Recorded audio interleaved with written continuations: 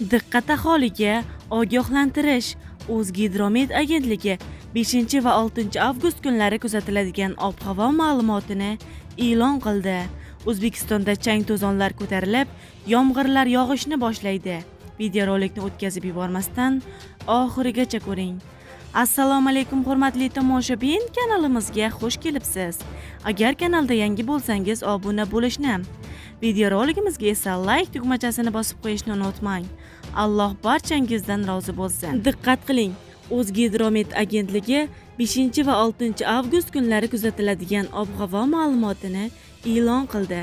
Unga ko'ra, Toshkent shahrida havo biroz bulutli bo'ladi. Vaqti bilan o'zgaruvchan bo'ladi. Yog'ingarchilik kutilmaydi. Shamol sharqdan 3-8 metr sekund tezlikda esadi. 10-12 metr sekundgacha kuchayishi, ayrim joylarda chang to'zon bilan kuzatilishi mumkin. Harorat kechasi 20-23 daraja, kunduzi 33-35 daraja bo'ladi. Qoraqalpog'iston Respublikasi va Xorazm viloyatida havo biroz bulutli bo'ladi. Yog'ingarchilik kutilmaydi. Shamol sharqdan 7-12 metr sekund tezlikda esadi.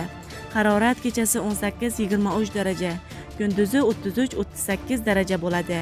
Buxoro va Navoiy viloyatlarida havo biroz bulutli bo'ladi. Yog'ingarchilik kutilmaydi.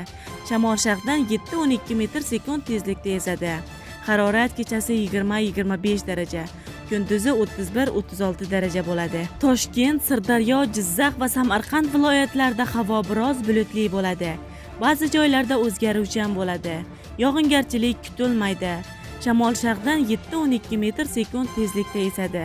Harorat kechasi 18-23 daraja, kunduzi 31-36 daraja bo'ladi. Qashqadaryo va Surxondaryo viloyatlarida havo biroz bulutli bo'ladi.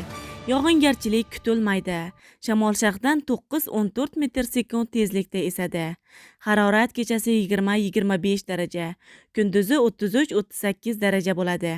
Andijon, Namangan va Farg'ona viloyatlarida havo biroz bulutli bo'ladi. Ba'zi joylarda qisqa muddatli yomg'ir yog'ishi, momaqaldiroq bo'lishi mumkin. Shamol sharqdan 7-12 metr sekund tezlikda esadi. Harorat kechasi 18-23 daraja, kunduzi 31-36 daraja bo'ladi. Respublikaning tog' oldi va tog'li hududlarida havo biroz bulutli bo'ladi. Ba'zi joylarda qisqa muddatli yomg'ir yog'adi. Momaqaldiroq bo'lishi mumkin. Shamol sharqdan 7-12 metr sekund tezlikda esadi. Ba'zi joylarda 13-18 metr sekundgacha kuchayishi mumkin.